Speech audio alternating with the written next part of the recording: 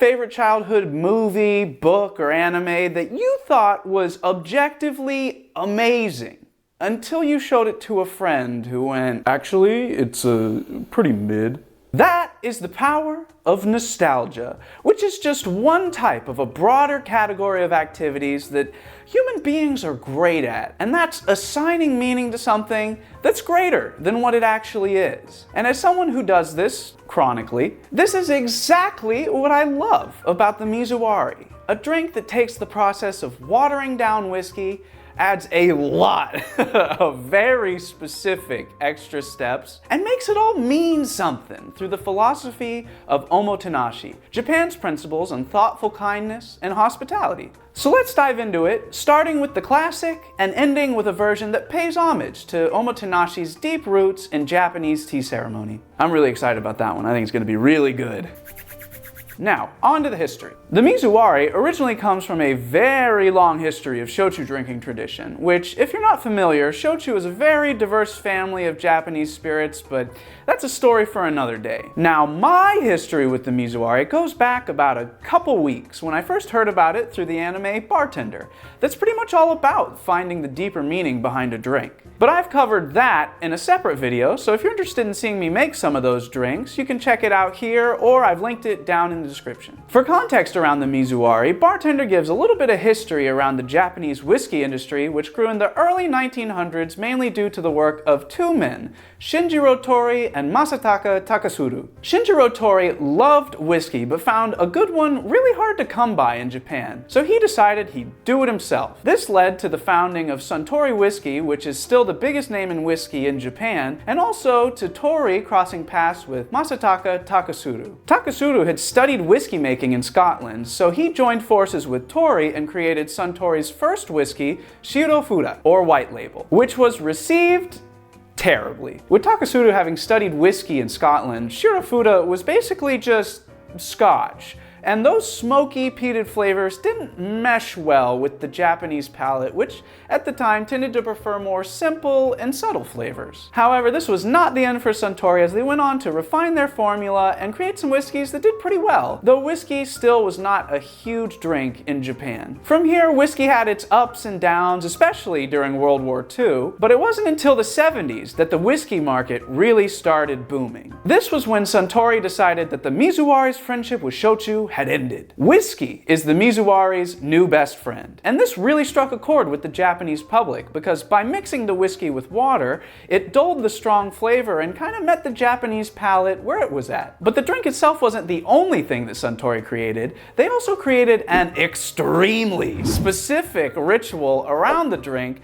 that I'm going to show you right now. Okay, a couple disclaimers before I get started. The Whiskey Mizuwari was absolutely made by Suntory, and the recipe that I'm about to show you is widely attributed to them. But I couldn't actually find proof that they were the ones that came up with it. I actually reached out to Suntory multiple different ways to see if I could get a definitive answer, and they big-timed me, which, fair, I get it.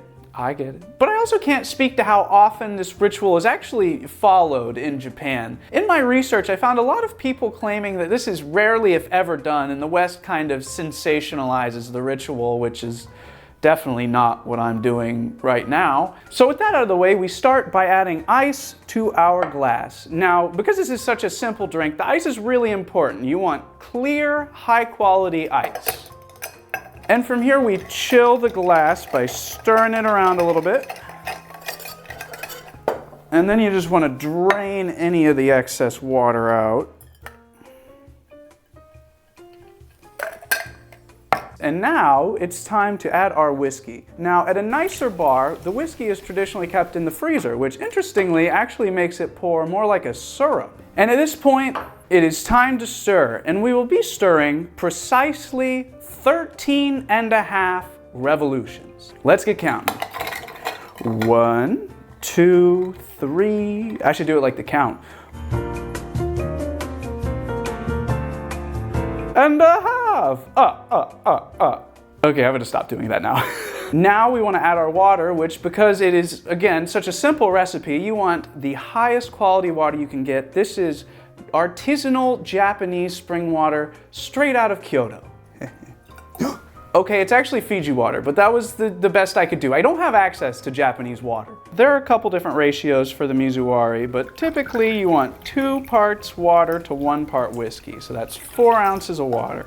And with that, we'll finish off by stirring another 3.5 times for precisely 17 total stirs. Now, sometimes the Mizuwari is garnished, but it's often not, so I think I'm just gonna try the pure experience here. From what I read, it's pretty traditional to gulp down a few sips at first, so that's what I'm gonna do. Let's give it a try.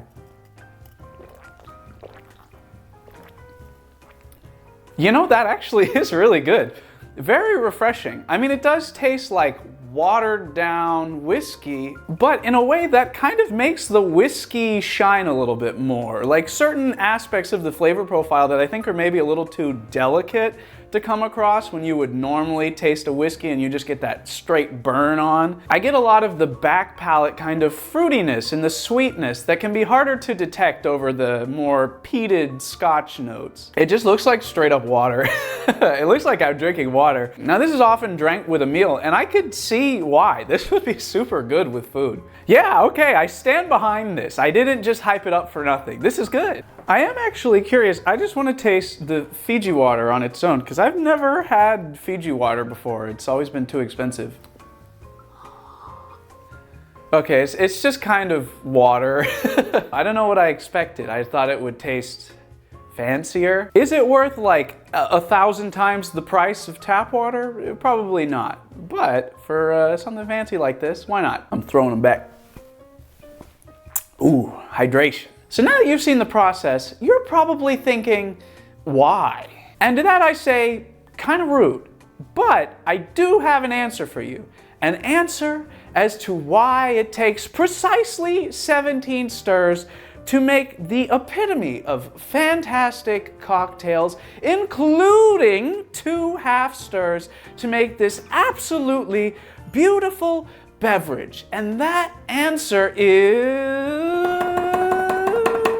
because it makes the best Mizuwari. Duh. But it's not the best Mizuwari because of the amount of stirs. I think it's fair to say that no one would notice the difference if I left out those 2 half stirs. It's the best because the stirs are numbered. You have to count. It forces you to put your whole attention into making this drink, which will no doubt produce a better result than if your mind is off thinking about how much Conan O'Brien influenced your sense of humor because it was the only thing on late at night when you're a kid growing up without cable TV or internet. Or maybe that's just me. Anyway, moving swiftly along from that, this mindfulness of the process is a big part of that Japanese philosophy that I mentioned earlier, Omotenashi, that finds its roots in Japanese tea ceremony. And if you hated the idea of having to count your stirs, just wait till you hear this. Traditional Japanese tea ceremony, or sado, takes around 4 hours to make about 5 cups of tea. Now I'm sure for a lot of people this sounds ridiculous. And to that I say, fair. Sometimes you gotta get stuff done. But nobody's going to tea ceremony to get their morning cup of tea before work. People go there for the same reason that they would go to an expensive hotel, to get exceptional service. And for the ones performing tea ceremony, it's all about focusing your mind and all of your energy on providing that exceptional service. And how do you do that?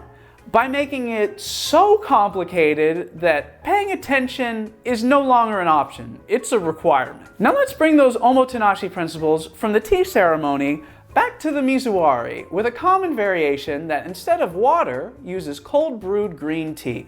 And no, I didn't spend 4 hours making the green tea, but it was a very mindful 10 minutes, I promise. For this one, I'm going to use an ice spear that actually cracked in a super cool way that reminds me of kintsugi, another Japanese philosophy about gluing together broken pottery to give it a second life. So we'll go ahead and add that to the glass and stir it to cool.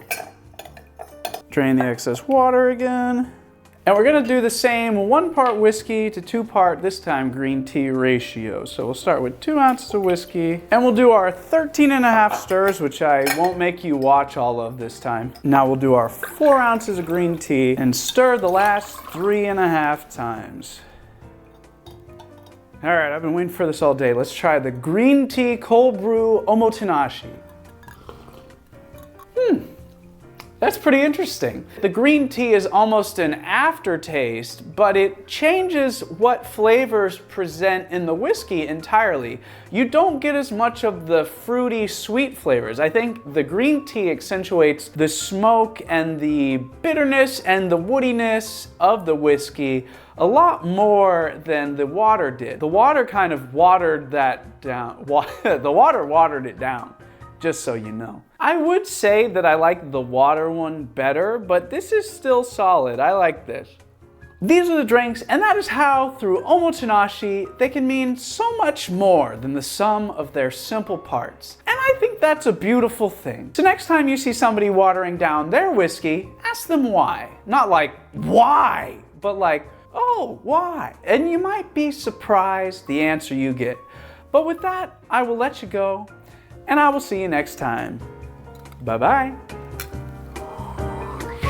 This is not gonna work. I'm gonna spill this everywhere.